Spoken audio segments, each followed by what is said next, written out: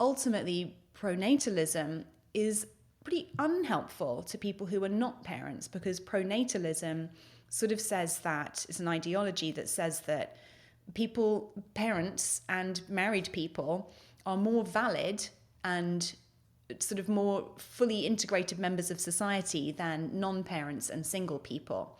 And so then once we understand that that is operating and it's sort of encoded into our systems and our society as well, we can start to recognize it when it's happening and then sort of start to call it out. Welcome to Fempower Health. Georgie here. Thank you so much for joining this discussion with Ruby Warrington, who is the author of Women Without Kids. And I would like for you to throw every expectation you have of this discussion and her book out the window. And I'm actually going to start introducing this by sharing one of the last quotes in her book, and it is by the poet Mary Oliver. What is it you intend to do with this one wild and precious life? And that's really what this is all about. So let's dive right in. Ruby, I cannot begin to tell you how excited I am to talk to you. Your book was amazing. I actually did a tapping exercise before this because I want to be fully present, because this is such an important conversation. And I want to make sure we do this right. And there are so many different ways to cover it. And I appreciate when I emailed you, let's just go with the flow of this, because we just have to talk about it. And thank you for writing this book. Well, thank you for reading it. Thank you for reading it. Why don't we first just do the traditional, give me your background, and then I have so many questions about the book. So let's dive in. Okay, great. So I'm British by birth. I've been based in the US for 11 years now, and I have my US citizenship. And I've transitioned over the past decade that I've sort of been living here from a career working mainly as a journalist, lifestyle journalist for magazines and newspapers, into a kind of author career.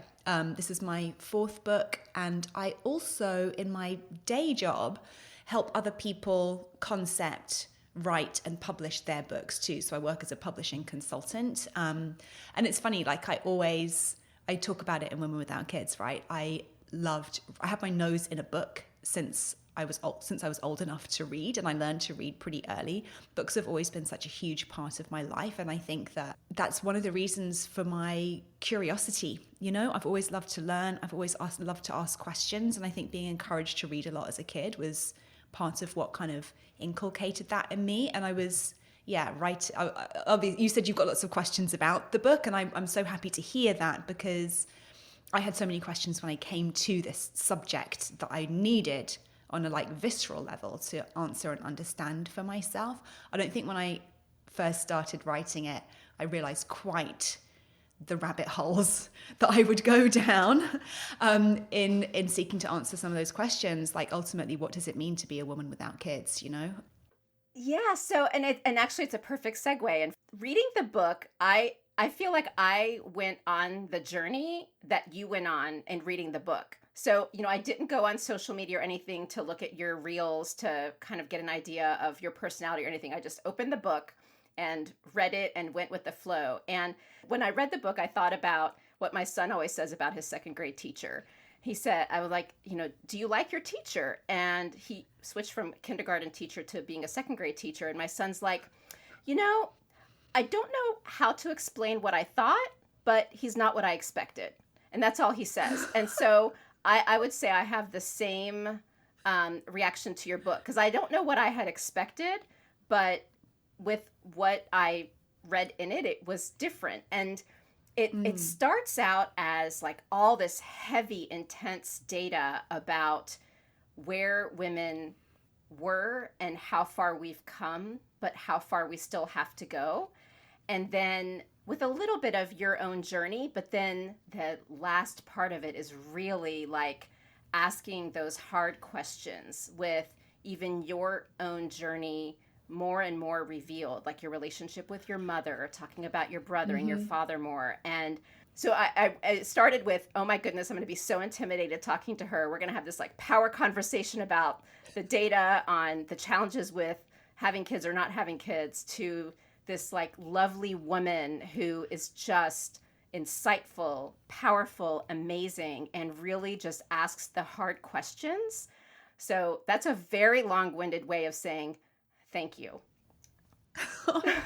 Well, thank you for that reflection. I think, like I said, when I knew I wanted to write on this subject, obviously, I wasn't quite aware of where it would take me. So the book wasn't necessarily what I expected it to be either. I got everything that I needed from the writing process, like on a personal level, and more, and so much more. Yes. And as much as I knew that this subject, I knew that as let's to kind of get into the subject matter, as somebody who never wanted to be a mother, I always felt different. I always felt like there was something. I was kind of the outsider. This was an unconventional path, and if anything, I wanted to write this book to help valorize that path for anybody else who is a woman without kids, regardless of how she might have found herself in this situation.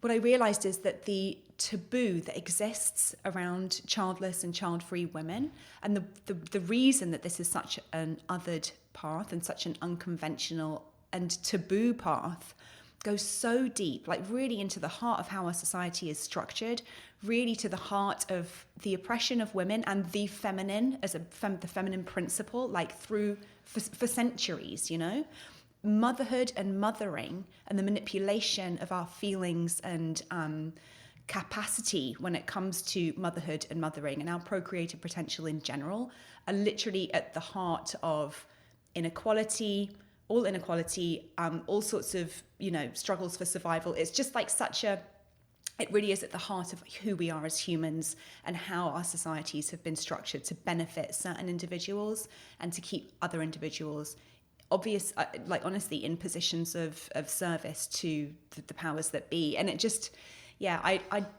it's funny, I'm not a particularly a stand on a soapbox and shake my fist kind of a person. I'm quite meek. I'm very introverted and sort of quiet, and have always been quite happy to just sort of like keep my head down and live my life. And with this book, I felt such rage at times, such deep grief at other times, and such hope for the future at other points during the writing of the book, So it's taken me on such an emotional and intellectual roller coaster. And so to hear you reflecting that it was a bit like that for you is unsurprising. And I'm grateful that you're able to receive it in the way that I wrote it.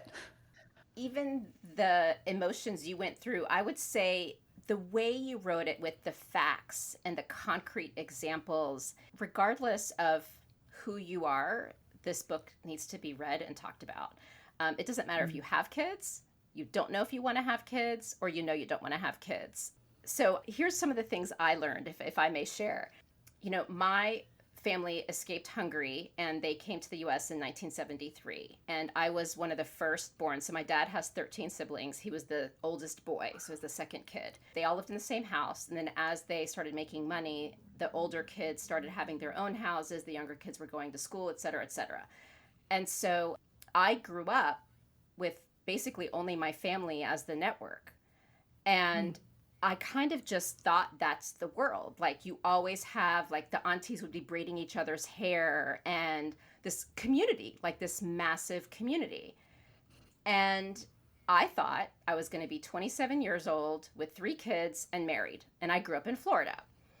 Then I moved to the Northeast and it didn't happen for me. I didn't find the husband. I know there was a lot of discussion of, you should get married because I think my parents thought having children would make me happy. This is obviously before egg freezing, all of these things. And I ended up having my son when I was 41. But it was kind of more just, I had these false assumptions of the way I grew up was the way it was going to be. But then as I moved out of that, I learned of this whole other world that I never thought about because I was never in a different world. It was always in Florida. Most people get married young and have a lot of kids, and I had my family there too. And then I left that, but thought I still had it and went with my plan. But I will tell you, now I'm a single mother. My parents have both passed away. I do not live in Florida. It is effing hard. But I was on autopilot. And I am not at all saying I wish I didn't have a kid or anything like that. But the path that you explain, we all now have a right to ask questions about along the way are things like, I think every woman who is having these questions, it's like a manual of like, Mm. here is the reality of having a kid. So you may be on the fence, or you may be someone who's the absolute no, right? Like you were in your situation. And that's what it was for me, is like, holy cow, I wonder how many of us even know that those of us who chose the kid path, that it was just like, because that's what society did. And did we actually even think about it? Because there's so many reasons to also not. And so that was kind of my like, holy cow, like I'm on society's autopilot. Yes, and it's funny. I've spoken to quite a few mothers who've read the book. My best friend being one of them, who sort of left me a long voice note going, "Wow, I've read your book, and I'm asking myself." And she experienced sort of 3 or 4 rounds of IVF, quite a traumatic miscarriage during that process, and had really poured everything, heart, soul, all her life savings into having a child. And it had seemed to me like she was incredibly driven by this, what we're taught to believe is this biological imperative Right. to procreate. And I had always felt, because I'd never felt that biological sort of almost physical desire to have a child. I just had no reference point for that. I'd always thought there was something wrong with me as a result. But it was so interesting to hear her reflect, having read the book. Wow, I never even did I truly want children, or was I just led to believe that I did? And I don't know if it's as black and white as one answer or the other. I think it's an absolute kind of melting pot of influences and feelings and urges and desires and needs and wants and all these sorts of things that ultimately inform our decisions about our procreative potential. But what we haven't really been invited to do before was approach that sort of critically and rationally, Right. through the lens of our parental readiness. What are the factors that would ideally be in place for me to feel as supported and confident in my mothering as I would ideally like to be, not least for the benefit of my children, right? And as I illustrate in the book, conditions are such that motherhood has become extremely, extremely difficult. There's so much pressure on women to be, on the individual, the mother, to be the be all and end all of what used to be a much more communally engaged with role, which is of child rearing, Undoubtedly, in the family that you were raised in, the siblings and the aunts and uncles kind of all chipped in and were all involved in the raising and the nurturing and the protection of the children, which is how human beings are sort of designed to be when they say it takes a village to raise a child. That's kind of what they're describing. Exactly. But thanks to things like immigration, thanks to things like what I think of as even class immigration, which you sort of touched on, individuals becoming more affluent than perhaps their families of origin. And so moving to different cities, living in different sorts of houses, et cetera, perhaps having different aspirations for their education or their careers. All of these factors have sort of served to break apart those traditional, more tribal sort of family structures. But we haven't caught up in terms of how we think about the role of mother, Yeah, there haven't been additional or supplementary support structures put in place to make up for what has been lost in this decimation of those kind of expanded family networks, which, by the way, were not always ideal, Right. Sometimes, particularly if there was a very kind of oppressive patriarchal figurehead of the family structure, then women and children were, often subject to abuse in these kinds of very traditional family networks. And so women in particular having more autonomy about the kind of partner they want to have, the kind of career that they want to have, how many children they want to have, has been hugely beneficial and very important for women's liberation. And at the same time, what's been lost in the decimation of those family structures and those family networks is that support network that mothers actually need to be properly supported in their mothering. So I will say this, especially with, social media, and we're just in this age where we're in our homes using the filter of social media to think what real life is. We've become even further away from knowing reality. There is no perfect, clean emotion, for lack of a better word. So it's not like there's ever this perfect, I don't have kids and it's just perfect. It's like there's still, like, you may have sadness or questions, because there was even the moment where you're like, what if my husband passes away? Who's going to be there for me? But these are like real, honest questions. And I'll admit, sometimes naively, I think when I have these struggles, is there something wrong with me? And what I got out of it was, thank you, Ruby, for saying, no matter where you are, there's always going to be questions and doubts, and they're all real. It's almost like there's no such thing as normal. There's no such thing as the perfect, untainted path, which is going to lead you to a life of, uncomplicated bliss. Whatever path we take in life is going to come with some regrets, some challenges, some degree of suffering, And I think that what I'm encouraging people to do from a very rational mind, it's funny, I'm an incredibly emotional and intuitive person. Like, all of my work projects have been very intuitively done. I make my decisions very intuitively. And I also have a very rational way of looking at the world, which comes from this curiosity. We think of curiosity as not necessarily rational. We think of curiosity as quite playful. But actually, I always want to make sure that I've kind of examined everything from every angle before I make my decisions about it, before I listen to what my intuition is telling me. It's a sort of a marriage of head and heart, I suppose, is how I approach life. And I actually do, going back to what I was saying in the beginning, I do attribute that to always having been a voracious reader, because I've always just liked getting as much information as I can to kind of inform how I'm feeling and sort of back up how I'm feeling or question how I'm feeling about things. And I think for me, growing up with a single parent, my parents didn't officially divorce until I was about 8, but they didn't live together from the age of 1. So I never had a household where I had both parents there. And as much as they were still sort of together and in communication, my mum was a single mother and she struggled, and there was often a lot of anxiety. There was often not enough money. It just was a very fraught experience. And I think as a kid in that environment, I absorbed all of that. And as much as I always had just an intuitive sort of inner knowing that I wanted other things for myself other than motherhood, I do, and this writing it all out and really kind of examining it on the page as I was in the writing process and the research process, I came to realize that, of course, my experience of witnessing my mother struggle in her mothering would have influenced how I felt about becoming a mother myself.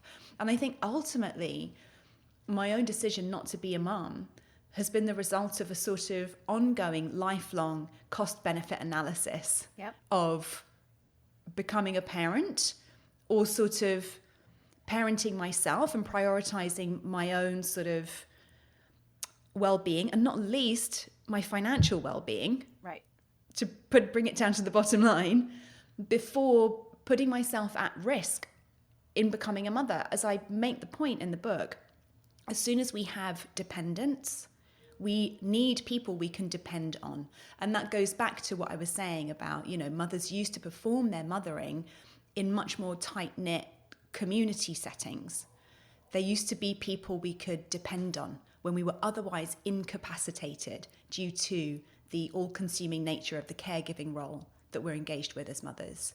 Yep. And I think that, I just had always a really strong understanding of that went beyond words, because I knew from a very young age, like age 5, that motherhood just wasn't something that I was particularly interested in.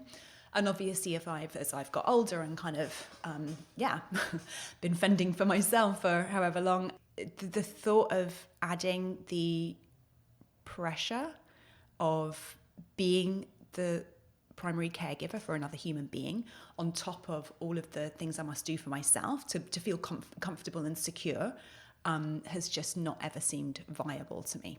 So for those who are like trying to decide and are trying to figure out, how do I navigate in this world? I think we've covered like what that might look like in different extremes in your brave decision. But also what I took away in the book is there's a place for each of us, and we all have to accept the choices and figure out how we work as a collective. And I think this is a really important point, because even though we as women know we need to work together, I do still find the not so great collaboration and the competitiveness because of the world that we've had to grow into. And I know that a lot of the questions that people were asking me is like, how do I talk about it? How do people talk to me about it? How do I live in this world if this is my choice? One person was saying they had to go to, I think, 4 doctors before the doctor would tie her tubes. And this was her choice. And the doctor didn't want it. So there's like all these different flavors of, navigating with friends and, just so many different aspects to it. And since you're deep in it and had all the survey results and speak to people so much, I'd love to get your take on how do those of us who are on these different paths still respect each other and live in this space and still have our needs met. And right now, let's focus on the ones who choose not to have children. Right. Well, for me, this all comes down to really knowing ourselves, really getting as much knowledge and self-awareness as we can around the root kind of causes, but like the reason we've made the choices that we have. The more confidently we can really understand why we've chosen the things we have in our lives, the more confidently we can stand by those choices when other people question them. This I learned actually from my work with my previous book, Sober Curious, which these might seem like 2 very different subjects. However, being a non-drinker in what I call a dominant drinking culture, where it is the absolute norm to drink, choosing to remove yourself from that brings up a lot of the same sorts of questions and divisions. Why are you not drinking? What's wrong with you? Did you have a problem? And these can be the same sort of questions. Why don't you want to be a mum? What's wrong with you? Have you got a problem? They're very similar sorts of questions. And what I learned with the work I've done with Sober Curious is that the more I can get confident and comfortable with why not drinking is absolutely right for me, some of those reasons being quite painful, some of those reasons being very positive and empowered, the more confidently I can withstand other people's sort of questions or misunderstanding or probing about this, So that's one thing. And that's why I wanted to go so deep into all of the different reasons, all of the very, very valid reasons not to be a parent, regardless again of like how you found yourself here. And then the other thing is just communication. Like I really, really want this book to be a conversation starter. If people are wondering, how do I talk about this subject with my friends, read this book together and just see what comes up. Talk around the subject, talk about what comes up for you in reading this book together. Compare experiences. There's one woman I interviewed, she's called Jenny Brown, and she wrote an amazing book called Birth Strike that really goes deep into the economic reasons. First and foremost, why women's work and specifically mothering is so undervalued and not recognized as part of our economic system, which it absolutely is. Without the unpaid work of mothers, we wouldn't have an economy that looks the way that it does. And she talked about how it was in their consciousness raising around this subject that with her colleagues, people she'd worked in the trenches of the feminist movement with for decades, they'd never spoken about their feelings about motherhood, and let alone their feelings about being mothered, the experiences of their mothers. And so it was coming together and actually talking about what's going on with this dropping birth rate. Is this a feminist issue? They realized that many of them had similar experiences, almost to the one that I described, of growing up in a home where their mother was very evidently struggling under the pressure that was being put on her as the primary caregiver in a economy that doesn't recognize the labor of mothering and child rearing. And so that gave them a lot of solidarity. And so I think having these, just being open-minded enough to be able to have the conversations, not worry too much, with empathy, but not worry too much about whether you're going to hurt people's feelings by saying the wrong thing, accepting that actually the best way for us to connect with each other and to support each other is to understand each other and to understand where each other are coming from, and that happens through open conversation. So yeah, I really do hope that people will read this book in book clubs, with their mum friends, with their partners, perhaps even with their mothers, sharing the manuscript. I mean, you've read the book. Sharing the manuscript with my mother was probably one of the hardest things I've ever done, and one of the most healing things that I could have done for our relationship. And what's incredible to me now, and it will make me emotional, is that only now, at the age of 46, having gone through that experience of sharing this manuscript with her, am I starting to feel like I have the kind of relationship with my mother that I might have wanted to replicate by having a child of my own, and realizing that I never had that relationship with her before for all sorts of reasons, and that being one of the reasons I didn't want to have a child. I didn't feel compelled to have a child because I hadn't had that relationship with my parent, so I didn't have any reference point for something that I wanted to replicate. But now, as a middle-aged woman, I am starting to have that relationship with her. And as much as part of me could say, well, how sad that I didn't have that, and how sad that this didn't occur in my 20s when I would have then perhaps thought, oh, it would be really lovely to have a child and replicate that. I'm able to just be grateful that we're going to have that relationship for however much longer she has left, you know? You know, my mom died when she was 53, and I didn't have my son. I wasn't married. And, you know, I went through similar things and having a very difficult time with my ex. And I actually saw how I was growing up, and I was like, I do not want that for my son. And so I decided to leave my husband. And I so wish that I could tell her, I now get why all these times I used to be so angry with you and so frustrated. And even her brother and I talk all the time about how none of us knew what was going on behind the scenes. And if only we knew, we could have all helped. And she held down the fort. She was 21 years old when she had me, barely started speaking English, and went to school and did all these things. And it drove me bonkers. I used to be so mad that all these moms would like pick up their daughters from school and take them to dance and do all these things. And I would like go home and watch TV. And I used to be so angry.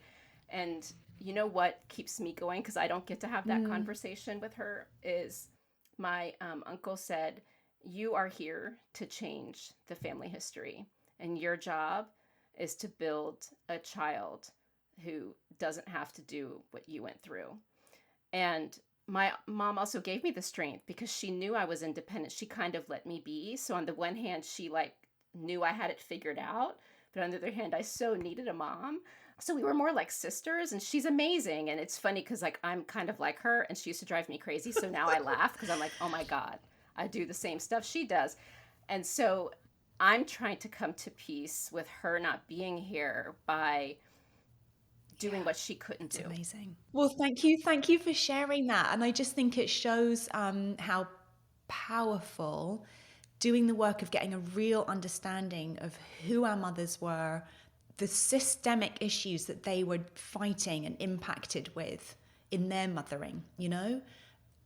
Not necessarily as a way of feeling like it's on us to forgive them for any lack of mothering that we might have received as a result, but more just as a way of empathizing and accepting them for who they are and the love that they have been able to give us. And I do truly believe, as you'll have learned from my book as well, my mother did a huge amount of her own healing work in her mothering of me. And I feel so grateful to have been the recipient of her doing the work to end patterns of dysfunction in her family. And so hearing you say you're sort of doing that same thing, I have no doubt that your son is going to benefit enormously from the work that you're doing on healing this with your mother, even though she's not physically here. Hearing what you're saying about, you know, when you're so true to your intentions and you understand why you're doing them and you're truly behind whatever decisions you make in life, how much easier it is to deal with things that may come your way that can possibly challenge that. I'd love your reaction to this. Because of how society is with assuming women are going to have kids and then having that automatic shock when someone says, but I'm not going to, how do we handle that? Because it is real and people are curious. And I know some could say, well, it's none of their business, but it's an automatic thing. We haven't gotten to, you know, the place where it's understandable that people are going to make these choices and people are more used to it, right? But, you know, if I'm convinced I don't want to be a parent and someone asks me, when are you having kids? Like I would say, oh, well, I've chosen not to, and just speak confidently and let it go. But I also can understand someone being like really frustrated and like festering on that comment? I think it's really individualistic. And I think it also depends on who's asking the question and the context in which they're asking the question. I feel very fortunate, and undoubtedly this is one of the reasons why I was always sort of confidently able to just walk this path of being intentionally child-free. But my parents never pressured me to have children. I never got anything from either of my parents, when are you going to give me grandchildren? You'll regret it if you don't. I think my mum expressed some sadness, but maybe in like one conversation when it first became clear that that wasn't what I was going to do. And they've always very kind of live and just let me do my thing, So I'm incredibly grateful for that. And I haven't had the experience, which I know a lot of people do, of getting quite a lot of pressure from their parents. But again, I did get that question from the outside world continually in my 30s when I was mainly working in journalism, and when everyone was kind of, all my peers were starting to have children, and I was that age. I was asked multiple times by different editors to write articles about my decision. And I always felt like I started off by saying just sort of othered by that, but also confident enough in my own knowing that it didn't particularly bother me. So I don't know. I mean, I revert to what I said previously, which is like, I think the more we can, and even, as you sort of touched on as well, there were times in my 30s, particularly towards the end of my 30s, as I was really approaching the hump of 40, which, you're really sort of like, oh, we're getting to the end of my biological rope here sort of thing. I was almost able to, because of everybody else's assumption and projections about what I should be doing in this area, was almost able to talk myself into it. And in the end, couldn't quite sort of take the leap, So that shows that even for someone like me, that external pressure can be really, really intense. Again, I don't think I can give a one-size sort of fits-all answer about how to respond in those situations beyond come on, have in your back pocket all of your reasons, and if somebody really is being intrusive about it, then feel free to get really raw with them about it, because I know that as soon as I'm a mother, I'm going to feel completely unsupported by our dog-eat-dog capitalist society, and I'm not going to be able to give a child the care that it needs. So actually, this is possibly the most loving decision for any future children I might have had circumstances been difficult, depending who's asking. I think this can be particularly painful, of course, for people who want to have children and who are either experiencing fertility issues or who are having a really hard time finding someone they want to co-parent with, etc. Some of the more sort of emotionally painful reasons for not being able to have a child. And that was going to be my next question, is that, because that's one where it's not like you it's sort of decided for you, kind of happening to you. In terms of the fertility issues, I discovered a book in my research called Countdown that came out in 2020, and it actually sort of draws on new research that shows that human fertility has massively declined over the past 4 decades. Sperm counts have halved since the 1980s. Ovarian reserve, which is, talks to how many viable eggs a woman has, sort of in relation to her age, has also massively dropped over that same time period. And this is largely put down to environmental issues, in particular microplastics in the food and water supply, which are pretty much unavoidable at this point. The author of that book even describes, the apparatus that newborn infants come into contact with in the hospital are often going to be, depositing plastics into their system. They might even be absorbing microplastics in utero. So it's pretty impossible to avoid this at this point. And as much as having that information isn't necessarily going to take away the grief or help someone handle the grief of not being able to have a child that they desperately want, it could at least give them somewhere to direct any anger that they might feel about that, rather than directing the anger towards themselves for having somehow biologically failed to do this thing that we're all supposed to do. That anger can then be turned towards, governments who refuse to enact serious policy about addressing issues to do with the climate, So finding kind of other outlets for rage, anger, grief, disappointment that we might feel around this, and realizing that actually if we're not able to have the children that we want, it's not really ever our fault, you know?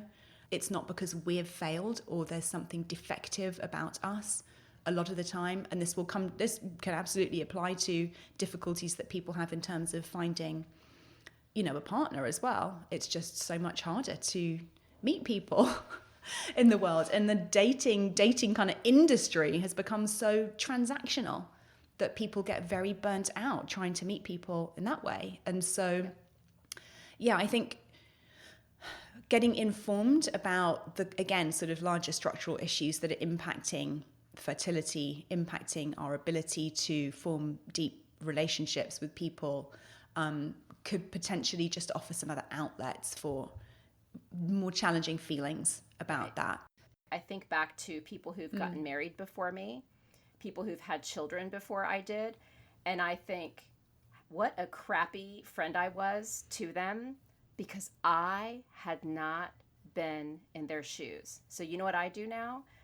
I reach out to the people who are about to be in the shoes I've been in, and I'm like, here's how I can help you because I know exactly what needs to. And then when people approach situations that I've never been in, I say, I've never been in your situation, so I literally have no idea what to do. Can you please tell me? I promise you I really am here. I'm not offering help because I don't want to. I literally don't know how to help. Like I have a friend going through cancer right now, cancer treatments. I'm like, I haven't had cancer. I literally don't know what you need. If you want soup, I'll bring it. So I check in. Do you need soup today? Do you need this? So, I mean, is that really another way maybe we can look at this is try to trust in the best of intentions. Yes, there's going to be jerks. Maybe they come out of our friends, a circle of friends, and we focus on the people we can have this dialogue with. I think so. And I think just the more vocally and openly we can have these kinds of conversations, even like podcasts are so great for this very reason, right? Us having this conversation is going to empower, embolden other people to potentially raise some of the same topics. Well, I mean, I unpack the concept of pronatalism in the book, which people might have heard kind of applied to various policies that are designed to encourage people to have children, like offering tax credits to parents, or definitely not in the US, but in Europe, for example, really extensive paid parental leave for men and women, these sorts of policies. And ultimately, pronatalism is pretty unhelpful to people who are not parents, because pronatalism sort of says that it's an ideology that says that parents and married people are more valid and sort of more fully integrated members of society than non-parents and single people. And so then once we understand that that is operating and it's sort of encoded into our systems and our society as well, we can start to recognize it when it's happening and then sort of start to call it out. And oftentimes, yes, that might mean sort of saying, hey, that's actually not okay, and doing a bit of educating as to why it's not okay, you know, to hold certain unconscious beliefs and prejudices against non-parents.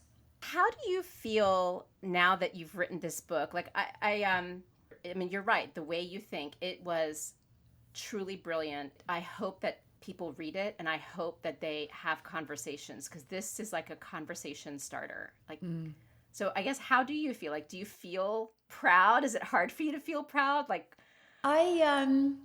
it's very interesting. Like, as artists, I'll think of myself as in the artist category. People will often say, if you're really confident about a piece of work, it probably means it's not as good as you think it is. And that, you know, you could probably do with some revising it. And I remember sending this book out to people that I admire, authors, largely, for advance endorsement. And even during the writing process, just really feeling like, wow, this is such a huge topic.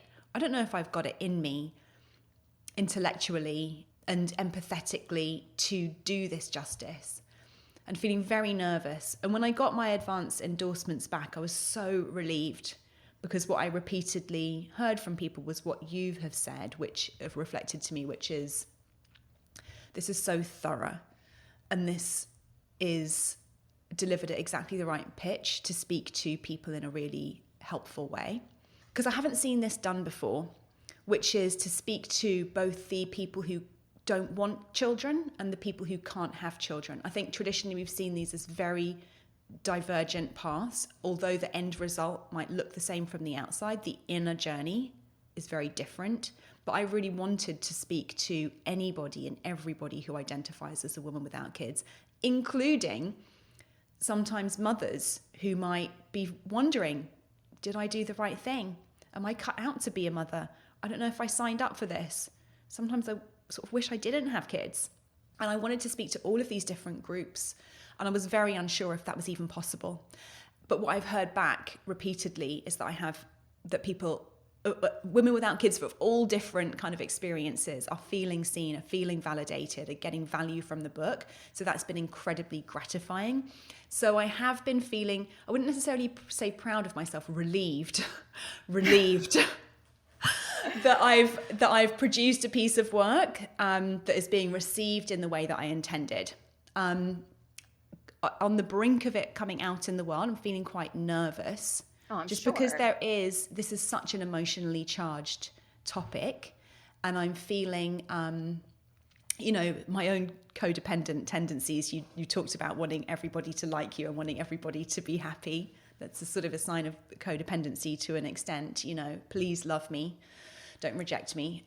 I'm feeling, I suppose, just the responsibility that comes with tackling a subject like this, given the central role and the often very painful role that it plays in people's lives. So I'm feeling the weight of that responsibility. And also, there are forces at play in the world that do not want this conversation to be had. And these forces, the same forces, for example, that have, brought about the rolling back of Roe v. Wade, the same forces that are hell-bent on painting childless women as selfish and ushering in ultimately the end of humanity as we know it. These are very vocal, often quite aggressive voices, and so I'm nervous and wary about coming under their fire, which I undoubtedly will do. And I'm feeling a real sense of sisterhood and solidarity among people who know this book is needed. So thank you for showing me that today. And I'm just really hopeful that women coming together to speak out on this issue, inspired by this book, is going to be, a really positive force for change in the world. Well, I will give you back your advice, which is when people do come to you in a not so nice way, just remember you did this for a very good reason, and it is a very thorough book. It is such an honor to have this platform to give amazing people like you a voice and to have these tough conversations. And I truly hope that both you and the listeners feel like we did this conversation justice, and that at the end of the day, regardless of who you are, where you are on that spectrum, that you feel heard, and that you feel like you can be a better friend to those who are on different paths than you. Like, that's what I hope. And that's so important. That last piece that you said, like supporting each other, whatever our decisions, whatever life has brought us, is so important. Thank you for doing something so powerful with your journey, like truly. Thank you. Thank you for joining me today on Fempower Health. If you'd like to continue the conversation, please follow me on social media. I am most active on Instagram, LinkedIn, as well as TikTok. You can also subscribe to the weekly newsletter if you want to stay off social media to get the latest and greatest updates. And you can find the link to that either on my website, fempower-health.com, which is a hub to all the different health topics I've covered over the past 5 years, or you can go to the show notes where there's links to all the helpful resources that are relevant to this discussion.